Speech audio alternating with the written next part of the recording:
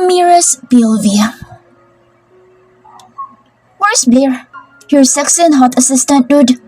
Hindi na ako gaganahan magpunta dito sa kumpanya mo. Your new assistant looks funny and weird. Her big glasses and long skirt are killing me. Narinig kong tura ng kaibigan ni Sir Johan na si Sir Andrew. 2 buwan na simula nang baguhin ko ang sarili ko. I'll become Amira Almonte, the nerd. Hindi ko na ginamit ang apelido ng ama ko na Valdez. Ginamit ko ang apelido ng aking ina na Almonte. Dahil sa matalik kong kaibigan na sa Aliana kaya nakapasok ako bilang assistant sa multi-billion company ng Filipino-American na si Johan Leuport. I picked her to be my assistant para marami ako magawang trabaho. And for sure, I'm not going to lay my eyes on her and I'm not going to feel lost towards her because of her looks. Hindi ako magkakagusto sa katulad niyang nerdy that looks like an old maid from a different planet. I fired Blair because she kept wanting me to do her inside my office and I'm done with her. Turan ni Sir Johan. Malakas na nagtawanan na magkaibigan. Hindi nila napapansin na kanina pa ako nakatayo sa may pintuan. Kahit naman sino hindi gaganahan na makita ang bago mong assistant. Sa pananamit pa lang nakakatawa na. She's wearing long sleeves and long skirt. Big black glasses, braces and the big mole on her left cheek. Looks so disgusting. Hindi na ituloy ng kaibigan ni Sir Johan ang iba pang palalait dito sa akin nang tinapik ni Sir Johan ang kamay nito at inginuso ako. I'm not bothered at all sa mga sinasabi nila about me dahil ang totoong ako ay nakatago lamang sa katauhan na binuo ko para matakasan ko ang kasamaan ng ama ko at ng kapatid ko. Mga lalaki mahilig sa babaeng kung manamit halos kita ng kaluluwa. Sigaw ng isip ko.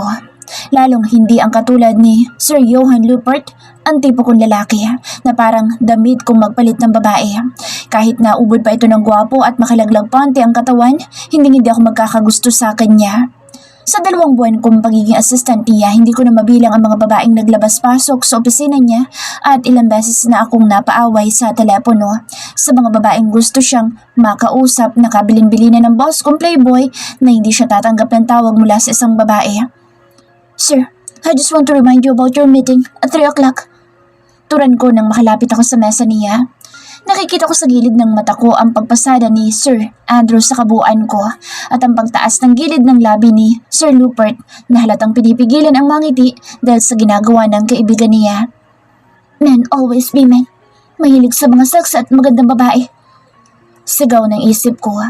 Sanay na ako sa mga katulad nila. When I was an assistant ng bilyonaryong si Carlo Ortega, marami mga katulad nila ang nagpapapansin sa akin. Hinahangaan ko ang boss ko noon na si Carlo dahil ibang-iba ito sa mga bilyonaryong nakasalamuha ko na. May mga naging kasintahan ito pero hindi ito katulad ng iba na babaero. Mabait at mapagmahal sa lola at sa kasintahan niyang mas bata sa kanya si Sir Carlo. Kaya hindi ko siya maatim na gawa ng masama dahil napakabait niya sa akin at sa kapatid ko. Kahit malapit ako sa kanya, hindi hihigit sa pagiging magkaibigan ang paghanga ko sa kanya. Isang beses lang ako nagkaroon ng kasintahan noong first year college ako. Ayaw ng magulang ng nobyo ko sa akin dahil mahirap ako at mayaman sila. 1 taong tumagal ang relasyon namin hanggang sa nawala na lang ito at hindi na nagpakita sa akin. Ang buong buhay ko ay inilaan ko sa nakababata kong kapatid na may sakit. Kapatid ko sa ina na mahal ko. Miss Almonte, I want you to finish all the papers I gave you earlier. I'll need it tomorrow. Huwag kang uuwi hanggang hindi mo natatapos ang lahat ng iyon. Okay, sir. May ipag-uutos pa po ba kayo? I'll call you if I need anything. You may go. Tumalikod na ako at naglakad patungo sa pintuan.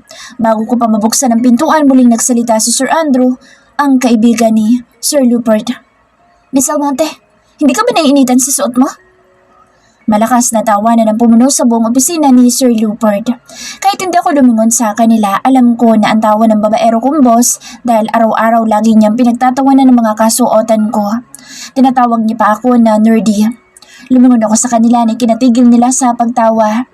No sir, I'm comfortable with what I'm wearing. I uttered.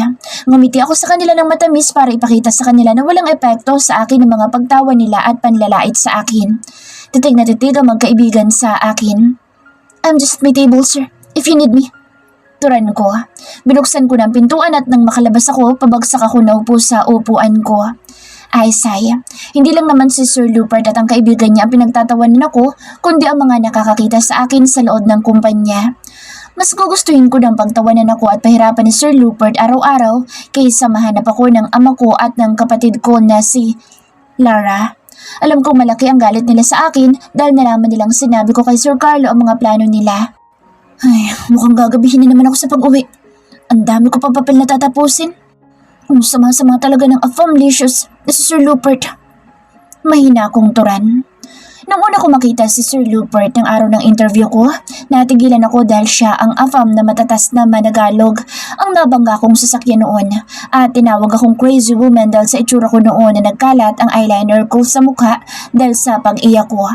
At siya din ang lalaking bastos na nagpawala ng kainosentihan ng isip ko at nagmulat sa isipan ko sa makamundong bagay. Dahil sa mga nasaksihan ko, 1 taon na ang nakararaan sa loob ng opisina niya. Paano kaya pag nalaman ng playboy kong amo ang totoong pagkatao ko? Lalaitin niya pa kaya ako?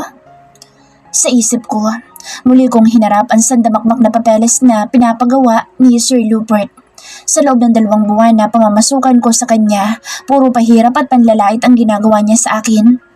Pasalamat siya't kailangan ko na trabaho dahil sa kapatid ko at sa takot ko na mahanap ako ng ama ko. Kaya hinahabaan ko ang pasensya ko sa kanya. Kung sa ibang pagkakataon, baka sinapa ko na siya at nilantad ang tunay kong pagkatao para hindi niya na ako lait-laitin. 1 year ago. Hindi ko maaatim na gawin ang mga ipinag-uutos nila Daddy at Lara sa akin, Tita Amelia. Kailangan naming umalis ni Lander. Tita, sumama ka nilang kaya sa amin. Baka pagbuntunan ka pa ng galit ni Daddy. Gulong-gulo na ako. Gusto kong umiyak pero hindi ko ipapakita kay Lander ang pag-iyak ko. Ayoko madamay ang kapatid ko na mahina pa dahil kagagaling niya lang. At sabi ng doktor, kailangang ingatan ang puso niya. Sa tulong ng dati kong boss na si Sir Carlo, sa Cebu muna kami ni Lander maninirahan para hindi ako mahanap ng ama ko at ng kapatid ko sa ama na si Lara. Huwag mo akong alalahanin, Amira. Kaya-kaya kong harapin ang ama mong ganit. Hindi ko alam kung bakit sa dami ng manliligaw sa mama mo noon. Ang walang kwenta pang sa Valdas ang minahal niya. Alam ko may galit si Tita Amelia sa ama ko dahil sa nangyari sa aking ina. Si Tita Amelia ang best friend ng aking ina at naging malapit sa aming magkapatid. Siya nag-aalaga kay Lander tuwing may trabaho ako sa kumpanya ng bilyonaryo kong boss na si Carlo Ortega. Niloko ng ama ko ang aking ina. Nagpanggap na binata kahit may asawa na ito at anak. Ako ang naging bunga. Nang malaman ng ama ko na buntis ang mama ko, pinagbintangan niya si mama na may ibang lalaki. Lumaki ako na ang kinikilala kong ama ay ang mabait na asawa ni mama na si Papa Alfonso na ama ni Lander, ang nakababata kong kapatid. Ipinagtapat lahat sa akin ni mama noong 17 years old ako ang tungkol sa tunay kong ama. Naging sunod-sunuran ako sa kanila dahil mahal ko ang ama ko, kahit ubod siya ng sama. Akala ko pag tumira ako sa kanila, papahalagahan niya ako at mamahalin katulad ng pagmamahal niya kay Lara, pero hindi nangyari. Hindi ko alam kung hanggang kailan ako magtatago sa ama ko dahil hindi lang ang sarili ko ang kailangan kong isipin, kundi pati na ang kapatid kong si Lander. Tita Amelia, pakabantayan po muna si Lander, may pupuntahan lang po ako. Sige, mag-iingat ka. Hinalungkat ko ang bag ko at agad na kinuha ang calling card ng lalaking mukhang afam pero matatas managalog. Ang lalaking nabangga ko ang mamahaling sasakyan. Ayoko naman na takasan ng obligasyon ko sa kanya. Y&L International Corporation, ang nakaukit na pangalan sa matayog na building na nasa harapan ko. Nang tinawagan ko ang business card na ibinigay ng lalaking nabangga ko, dito ako pinapunta. Naglalakad na ako patungo sa receptionist nang mabangga ako sa isang matigas na bagay. Are you okay? Lumayo ako ng bahagya sa kanya. Isang may katangkaran na lalaki ang nabangga ko. I'm okay. Sorry, I was not paying attention sa nilalakaran ko. Ngumiti siya sa akin kaya ngumiti din ako sa kanya. Kutong lupa, ang tagal mo naman. Mahina akong tumawa nang marinig kong itinawag ng magandang babae sa lalaking nabangga ko. Tumingin sa akin ang babae at ngumiti. Napakaganda niyang buntis. Sorry love, sa pagmamadali ko inabangga ko siya. Eto na, nabili ko ng pagkain na hinihingi mo. Bakit kasi isinama mo pa ako dito na makipagkita sa kaibigan mong babaero? Sweetie, gusto ko lang lagi kang nababantayan lalo na't malapit ka ng mga anak. Napapangiti ako sa kanila. Mukhang mahal na lalaki ang babaeng buntis. Sa uli ng tingin nito na punong-puno ng pagmamahal. Sana all na lang. Ani ko sa isip. Pasensya ka na sa asawa ko. Turo na magandang babae na nganitian ko lang. Inalalayan ng lalaki ang babae habang lumalakad ang mga ito palabas ng gusali. Pinagpatuloy ko na ang paglalakad patungo sa receptionist at nang marating ko ito, agad ko sinabi ang pakay ko. Tumingin ang receptionist sa computer na nasa harapan niya at may pinindot doon. Ngumiti siya nang muling tumingin sa akin. Parang si Sir Carlo din, nasa top floor ang office. Mukhang magkasing yaman din sila. Mahina akong turan. Napakaganda ng lobby ng building na ito. Halatang makapangyarihan ng CEO. Nang makapasok ako sa loob ng elevator, agad kong pinindot ang top floor. Nakakaramdam ako ng kaba na hindi ko maipaliwanag. Sanay naman akong humarap sa mga katulad niyang mayaman dahil sa pagiging assistant ko kay Sir Carlo Ortega. Kaya hindi ko alam bakit ako kinakabahan na humarap sa kanya. Nung tumunog ang elevator, hudyat na nasa palapag na ako kung saan ang office ng gwapong afam. Lalong lumakas ang kaba ko. Pinagala ko ang mata ko sa napakagandang ambience ng buong paligid. Puro salamin ang dingding at ang linis-linis tingnan ng buong palapag. Maliwanag na maliwanag sa buong palapag dahil sa sinag ng araw na tumatago sa mga salaming dingding. Mukhang walang assistant niya. Turan ko nang wala akong makitang tao sa mesa na nasa gilid ng nakasarang pintuan. Tsak na makikita ng boss na nasa loob ng opisina ang tao sa labas dahil salamin din ang dingding nito, kundi lang nakasara ang mga blinds. Mayayaman talaga. Tanging assistant lang ang kasama sa palapag ng building kung nasaan ang opisina.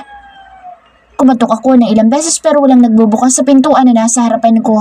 Sinubukan kong pihitin ang doorknob na bumukas naman agad. Pumasok ako sa loob at, "Good afternoon, Mr." Hindi ko na naituloy ang sasabihin ko nang makita ko ang nasa harapan ko.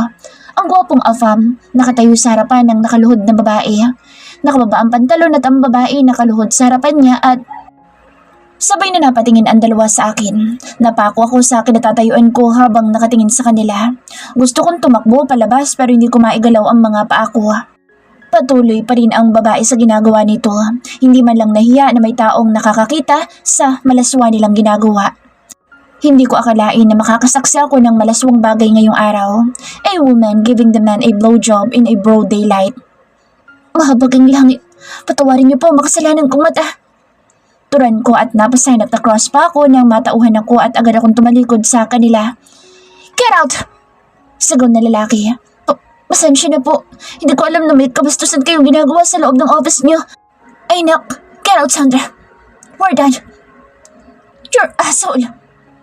Pipihitin ko na ang doorknob para makalabas na ako ng opisina na magsalitang muli ang lalaki. Where do you think you're going? I thought you're here para pag-usapan ang ginawa mo sa sasakyan ko. Hindi ko akalain na makikilala niya pa rin ako at tanda niya na ako ang nakabangga sa sasakyan niya.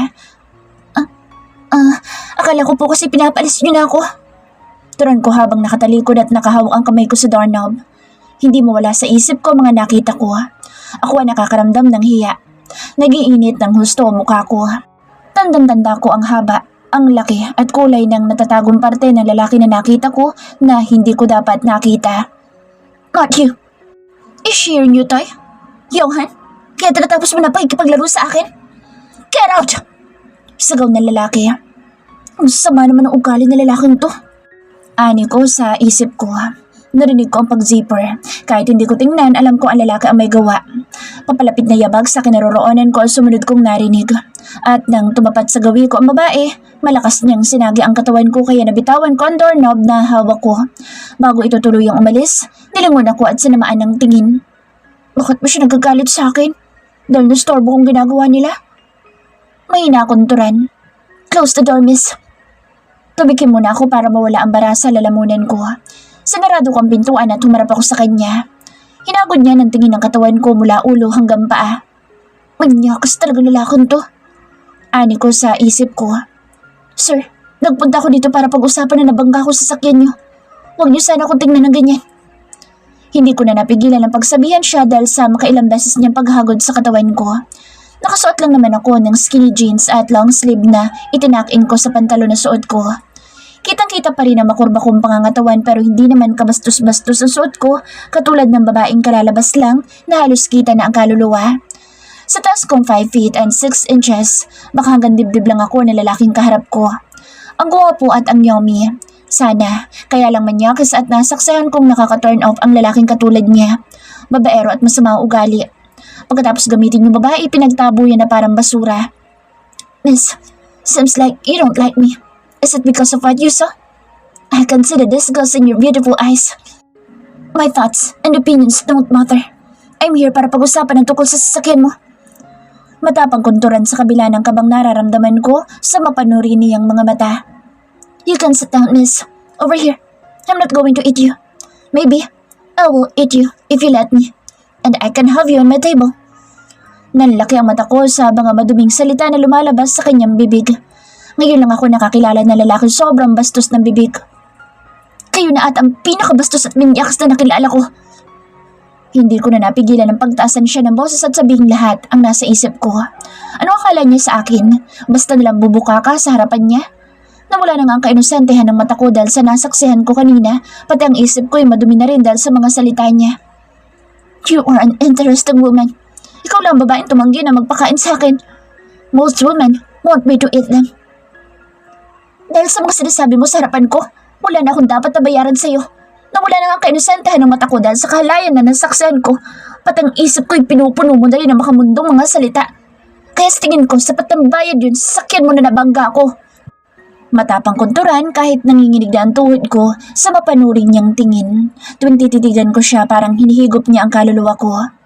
You are an... Huwag mo na ituloy. Baka ano na namang lumabas sa bibig mo, Mr. Lupert. At sana, ito na rin ang huling pagkikita natin. Turan ko at walang lingon na umalis ako sa opisina niya. Napahawak ako sa dibdib ko na makalabas ako ng opisina niya. Sa buong buhay ko ngayon lang ako nakatagpo na lalaking katulad niya. Johan Lupert, ang playboy billionaire na akala ata lahat ng babae luluhod sa harapan niya. Napahawak ako sa mukha ko at pakiramdam ko'y nagiinit ang mukha ko sa mga nasaksihan ko kanina. Ma'am, ayos lang ba kayo? Ayos lang. May ano kasi, malaki na ano. Gusto kong batukan ang sarili ko sa mga lumalabas sa bibig ko. Hindi mo wala-wala sa isipan ko ang natatagong parte ni Mr. Lupert. Ngayong araw, namulat ang isipan ko sa makamundong bagay. Do you have an appointment with Sir Lupert? Nakataas ang kilay nito at ilang beses na pinasadahan ako ng tingin. Katulad ng babaeng nakita ko kanina, pareho silang manamit ng babaeng kaharap ko. Halos kita na ang kaluluwa sa suot nitong maikling skirt at mababang neckline na pang-itaas na damit. Oo. Nakaharap ko na ang bastos mong boss. Sige, mauna na ako. Kahit hindi ako magtanong, alam kong assistant ni Mr. Lupert ang kaharap ko. Mukhang mahilig talaga ito sa mga babaeng maganda ang katawan at malaki ang hinaharap. Hindi ko na hinayaang makapagsalita ang babae. Agad na akong tumalima patungo sa elevator. Ang tanging hiling ko lang sana ay hindi ko na muling makaharap pa si Mr. Lupert na playboy. Nasa labas na ako ng elevator nang marinig ko ang boss nito na ikinalingan ko sa kanila. Matamis na ngumiti ang babae at inipit ang buhok sa kanyang tenga.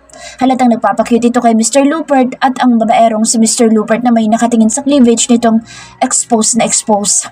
Tumaas ang kilay ko nang ngiti-ngiti ang babae sa sinasabi nito. Hindi ko alam kung anong sinasabi ni Mr. Lupert at parang kinikiliti ito at kilig na kilig. Pinaikot ko ang mata ko. Bakit may mga babaeng nagpapadala sa angking kagwapuhan at mga salita ng playboy na iyon? Blair, get your things. You're coming with me.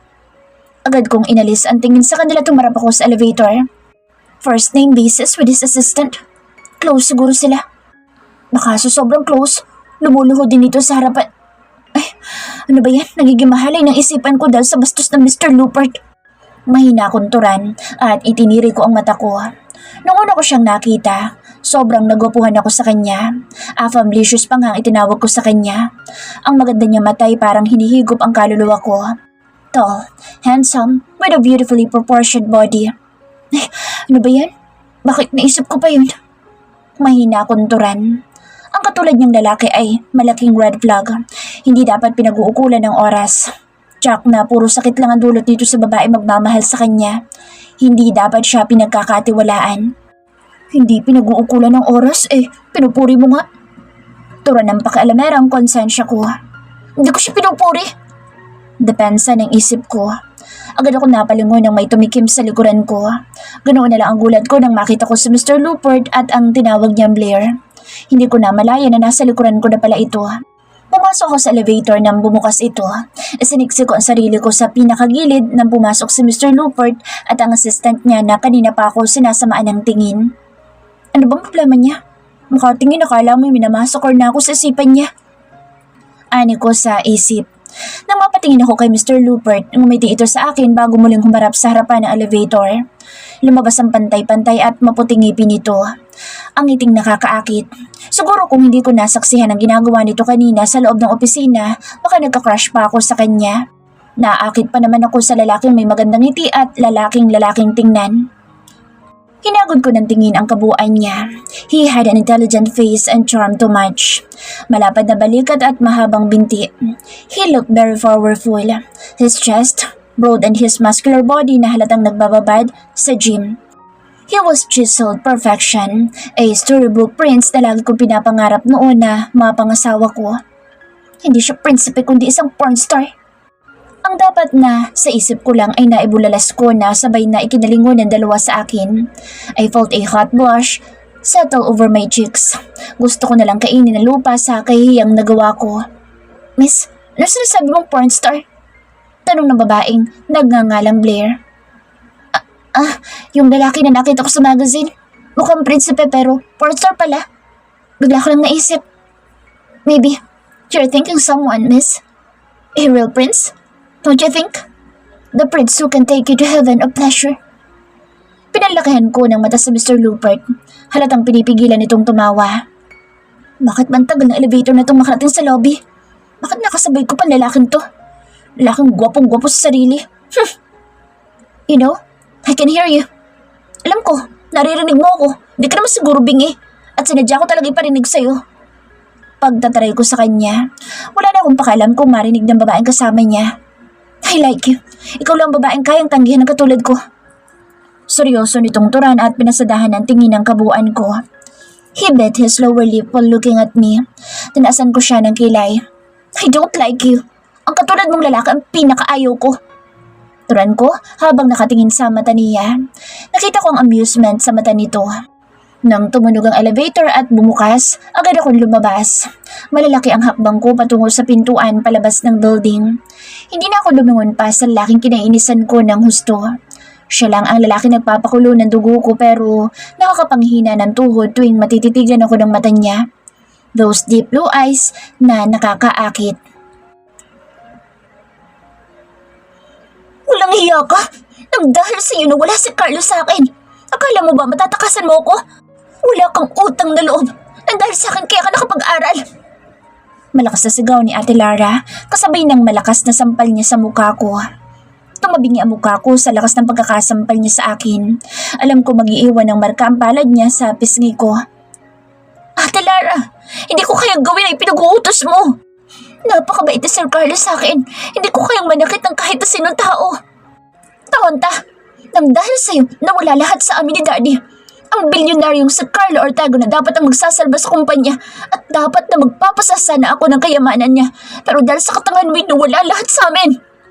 Muli niya akong sinampal. Hilam na ang mata ko sa luha. Hindi ko siya malabanan dahil siya pa rin ang nakatatandang kapatid ko at alam kong nandahil sa akin kaya nawala sa kanya ang lahat. Wala akong pinagsisisihan sa pagsasabi kay Sir Carlo ng mga plano nila ni Daddy dahil hindi ko maaatim na may taong masaktan at mawala ng dahil sa pagkaganid nila sa pera. Ate, tama na, please. Pagmamakaawa ko nang hilahin niya ang mahaba akong buhok at hinila akong palabas ng bahay. Bago pa kami tuluyang makalabas ay tumatakbong lumapit si Lander sa amin. Bitawan mong ate ko! Sigaw ni Lander. Ang nakababata kong kapatid, hindi nakinig sa Ate Lara. Kinaladkad niya pa rin ako. Masakit na ang anit ko at katawan ko sa pananakit niya. Parang walang naririnig si Ate Lara. Punong-puno ng galit ang puso niya. Ang sama-sama mo! Bitiwan mong ate ko! Muling sigaw ni Lander at pinaghahampas niya si Ate Lara ng hawak niyang walis. Itinulak siya ni ate kaya napaupo si Lander sa sahig. Nalaban ako nang makita kong ginawa ni ate kay Lander. Ayos lang sa akin na saktan niya ako, wag lang si Lander na pinakamamahal ko at ang taong pinakamahalaga sa buhay ko. Nakuwala ako kay ate, saka ko siya kinaladkad patungo sa pintuan at pabalya ko siyang itinulak. Kaya napaupo ito sa sementadong daan. Bumangon ito at akmang susugurin ako nang humarang si Kyle, ang mabait kong kapitbahay na naging kaibigan ko na. Dumating din si Monette at Georgina na mga naging kaibigan ko din. Itinulak ni Kyle si Ate Lara kaya muli itong napaupo. Walang iya ka talaga, Amira!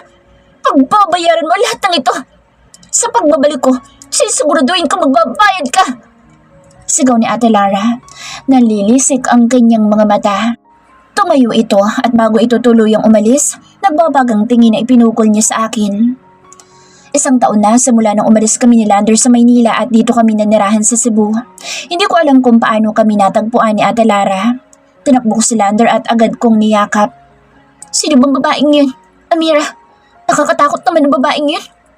Tura ni Georgina. Iginiya ko si Lander patungo sa sala.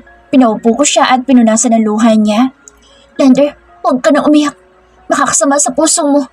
Pangako, hindi ako papayag na saktan ka pa niya at saktan niya ako. Pilit kong pinipigilan ang muling pagbuhos ng luha ko para kay Lander. Masakit na lalamunan ko sa pagpipigil ng pag-iyak. Painumin mo muna ng tubig si Lander. Tura ni Monette na may hawak na baso na may laman tubig. Inabot ko ito kay Lander at pinainom ko sa kanya. Nang tumigil sa pag-iyak si Lander, dinala ko na siya sa kanyang silid. Magpahinga ka na, Lander. Lalabas lang sa ate. Kakausapin ko lang sila. Humiga si Lander. Kinumutan ko siya at hinalikan sa noo. Ate, sana huwag nang bumalik sa Ate Lara. Natatakot ako sa kanya. Alisin mo na siya sa isipan mo. Lalayo tayo para hindi niya na tayo magugulo. Hindi ko alam kung saan na naman kami pupunta ni Lander. Ang alam ko lang kailangan naming umalis sa lugar na ito dahil nakatitiyak akong muling babalik sa Ate Lara. At ngayong alam niya na kung nasaan kami, tsak na sasabihin niya kay Daddy na mas kinatatakutan kong mangyari. Ayoko na rin humingi ng tulong kay Sir Carlo dahil sobra-sobra na ang naitulong niya sa amin. Ayoko nang makaabala pa. Maraming salamat. Sa loob ng 1 taon na paninirahan namin sa Cebu, marami na rin ako naging malalapit na kaibigan. Sino ba ang babaeng iyon? Kahit babae siya, isasapakin ko na sana kung hindi lang ako pinigilan ni Monette. Tanong ni Kyle. Hindi ka naman pinigilan ni Monette. Sabihin mo'y duwag ka lang. Napangiti ako sa tinura ni Georgina. Lagi ka talagang kontra sa mga sinasabi ko. Baka masira ang reputasyon ko pag nanakita ko ng babae, no? Aywan pa ako ng mga chicks. Sayang naman kagwapuan ko. Tumigil nga kayong dalawa. Kumuha ka ng ice pack, Kyle. Nakikita niyo ba mukha ni Amira? Pulang-pulan at namamaga. Marami din siya mga galos. Tura ni Monette. Agad na tumalima si Kyle. Si Monette ang pinakamatanda sa aming 4 kaya siya ang tumatayong ate namin at sa kanya ko din naikwento ang buhay ko. Siya ba ang kapatid mong si Lara? Tumango ako. Pumatak ang luha ko. Niyakap ako ni Monette at hinaplos ang likuran ko. Kahit papaano, gumaan ang pakiramdam ko. Umayos ako ng upo at pinunasan ko ang luha ko nang bitawan ako ni Monette. Bukas na bukas din ay luluwas kami ng Maynila ni Lander. Kailangan kong protektahan ng kapatid ko. Kahit hindi ko alam kung saan kami mapapadpad ni Lander sa Maynila, kailangan namin makaalis sa lugar na ito. Paano tindahan mo? Please, Monette. Ikaw na muna bahala sa tindahan ko. Pag maayos na ang lahat, babalik kami ni Lander dito. Napamahal na ako sa lugar na ito. Nandito lang kami ng mga kaibigan mo, Amira. Tawagan mo kami kung kailangan mo ng tulong. Pupuntahan kita sa Manila. Salamat. Ito ng ice pack.